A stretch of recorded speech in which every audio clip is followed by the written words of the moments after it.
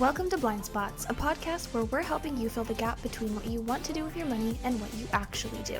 We are professional investors, writers, and financial planners helping you navigate the complexities of finance to optimize what you can control and cut out the rest. Join your host, Nick Shermans and Aaron Varghese, as we discuss the questions and nuances surrounding everyday money management. Investment advisory services offered through Pure Portfolios, a registered investment advisor with the U.S. Securities and Exchange Commission. Nick Shermans and Aaron Varghese work for Pure Portfolios. Any opinions expressed by Nick and Aaron or any podcast guest are solely their own opinions and do not reflect the opinions of Pure Portfolios. This podcast is for informational purposes only and should not be relied upon for investment decisions. It should not be construed as legal or tax advice and is not intended to replace the advice of a qualified attorney or tax professional. Clients of Pure Portfolios may maintain positions in securities discussed in this podcast. This information is not an offer or solicitation to buy or sell securities. The information contained may have been compiled from third-party sources and is believed to be reliable. Hello, everybody, and welcome back to another episode of Blind Spots.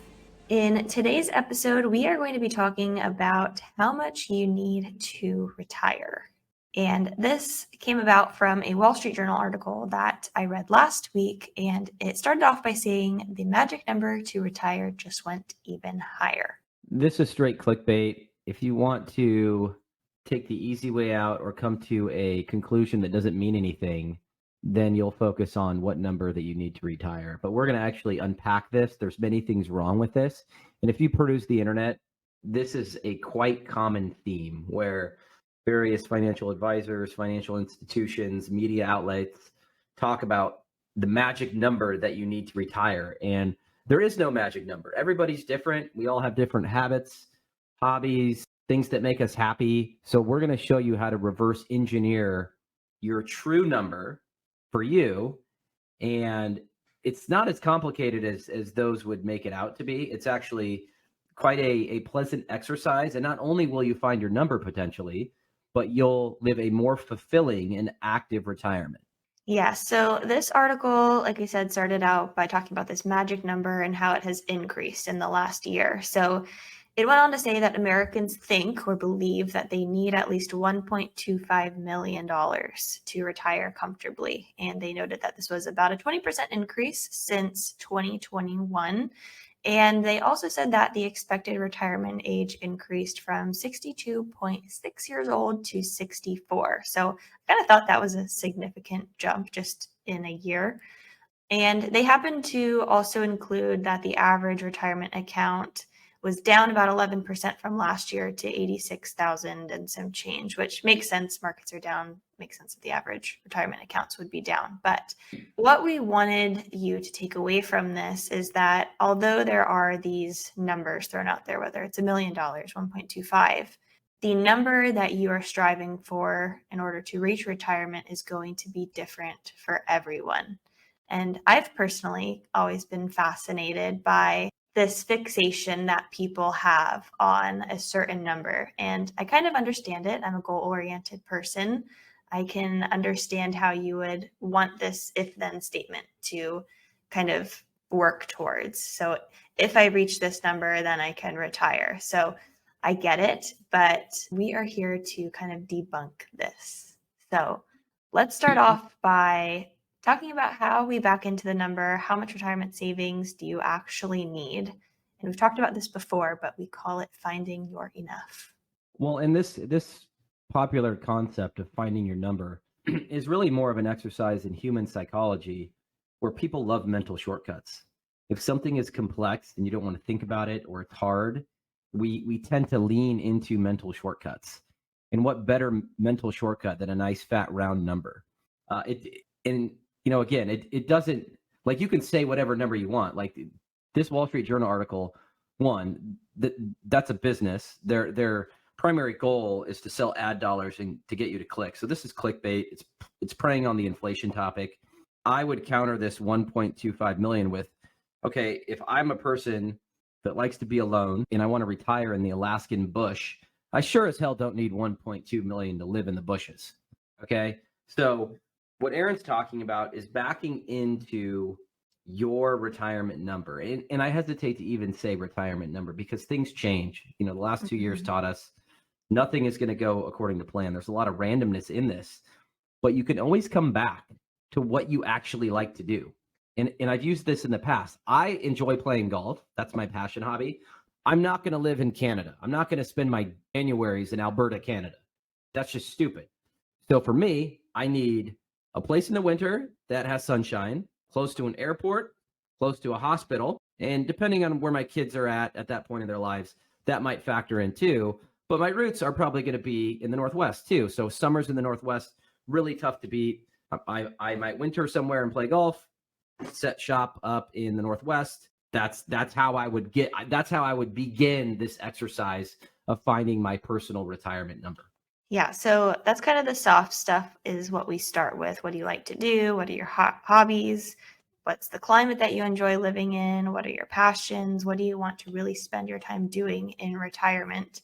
And the reason that this is so important is because the place that you live is one of your biggest factors in retirement, because there are things that kind of trickle down from that. It's where you live affects your taxes. It affects your cost of living. It's your lifestyle and the things that you want to do. So that's why we start there. I've done this for almost 20 years, ran thousands of retirement plans. And so many people get fixated on the number that they forget to think about these soft things, which are very important. Their daily habits, what they enjoy doing, how they imagine spending their time. I mean, if you think about retirement, your entire routine is completely different. Mm-hmm. And people are happiest when they're contributing to something. At work, you're contributing to the bottom line. Maybe you lead a team. Maybe you've worked your way up in a company. Like you get satisfaction from that work. When you take that away, there's a void there. And mm-hmm. you need to identify, again, through these soft topics, what you can contribute to. It might be a charity. It might be part-time work. It might be the community. It might be your family. But starting with soft things can unlock more magical retirement than you could imagine, especially just focusing on the financial part of it. Yes. So once you kind of go through that exercise with yourself or maybe your spouse and figure out what that ideal lifestyle looks like for you, then we can get into the hard stuff, the numbers. This is more black and white data. Erin, have you thought about what you would like to do in retirement, your daily habits and routines? Certainly. I mean, I got this from you. I don't want to answer to anyone, right? That's kind of the goal. Time freedom is, of course, a big thing. You don't have to report and clock in at a certain time. I love traveling, so that would definitely be on the list. Do you feel like you're locked down and you have a schedule and have to punch in at peer portfolios? Yeah, it's grueling. No, we have fun here. So getting into the hard numbers, we look at, of course, things like your expenses. What is your income? Do those check out? Do you have a surplus or deficit at the end of the year? What are the things that you want to do? Factors into this. So how much does it cost? Do your hobbies cost $5,000 a year or does it cost $20,000 a year? What does your lifestyle really look like and how does that transfer into numbers? Well, and Erin, you touched on this earlier, but I think where you live really zeroes in on what your expenses are going to be. Mm-hmm. Like I always say, with people that want to find out about what numbers right for them, I'm like, well, $1 million is a lot different in a penthouse in downtown Boston versus an outhouse in Kansas. Mm-hmm. So again, start with the soft stuff, but where you live is going to explain a good chunk of not only your taxes, but your cost of living. Yeah. And I think that, we always talk to retirees that are a few years away from retirement and we talk about tracking your expenses because we want to have an idea of what your expenses are going to be going forward. But if you have a big change moving somewhere else, like many often do once they reach retirement, that could dramatically affect your expenses because if you lived in rural Alaska in the bush with Nick for 30 years and then you move to Manhattan when you retire, your expenses are going to be wildly different. So you have to take into account pre-retirement and post-retirement and what that actually looks like. And if you're going to err on the side of something, err on the side of being aggressive with your expenses. Map out what your ideal retirement is. Like if you want to travel a bunch and you want to spend $25,000 a year on travel, but then you say, oh, I don't really want to do that because that's too much. Model your ideal retirement. You can work backwards from there. And that's going to naturally build in a margin of safety for your plan too. What you don't want to do is the opposite. Aggressive on your investment return assumptions, aggressive on your part-time employment income, aggressive on the value of your house or land that you're going to sell. So be conservative on your balance sheet asset side and be aggressive on your income statement expense side. That's going to build in that cushion. Yeah, we're going to do a part 2 to this how much do I need in retirement series, but we'll get into kind of what those projections should be, what's a good proxy for those numbers. But here is an easy formula to get to your number. So you have your income, whatever that may be, Social Security, pensions, rental income, et cetera. And then you have your expenses. So you take your income minus your expenses, and you'll either have a surplus or a deficit at the end of the year. You'll have money left over, or you'll be in the hole. If you have a surplus, that's great. If you have a deficit, that is not inherently good or bad, but that's where your retirement savings comes into play. Do you have enough to plug the difference? And this is where your number really lies. Yeah, and look, planning is not a set and forget thing. So we always encourage people the first year of retirement, track your expenses because you want to make sure what you've modeled reflects what's actually happening. I can't tell you how many times, especially this year, where people got used to markets going up, they allowed that to creep into their lifestyle, meaning they're spending more money, portfolio going up, taking out money, portfolio still going up. They built their entire lifestyle around the premise that markets always go up. And what we found was a dozen clients were spending almost 2x what they modeled, what they thought they were spending. If there's a quicker way to sabotage a retirement, I'm still waiting to hear about it. That's probably near the top of the list.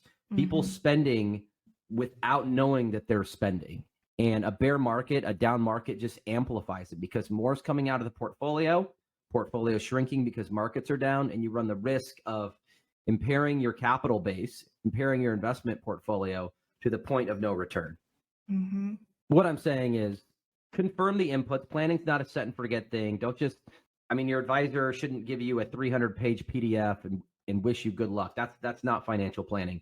You need to obsess about the inputs, make sure the inputs are correct, your income, expenses, your Social Security, yada, yada, garbage in, garbage out. Planning is very much fluid. Markets change. Your life is going to change. Your goals change. You can capture all of that to create a real life scenario analysis, a decision center, because money's emotional. Use your plan to make evidence-based, data-backed decisions. Yes. So we talked about kind of that quick calculation to get to your number or how much income you would need in retirement. So in our next episode, we are going to be talking all about the income planning analysis and the projections that you should use, how to plan for the unexpected, and how we stress test your plan to ensure that you have a margin of safety and that it is going to be successful. That's right. And I've got a tickle in my throat. My kids brought home the Juarez cold from preschool and kindergarten. That's why I sound weird and have a shortness of breath. It's me. It's not you. Okay, thanks for listening to this episode of Blind Spots. We'll see you in the next one.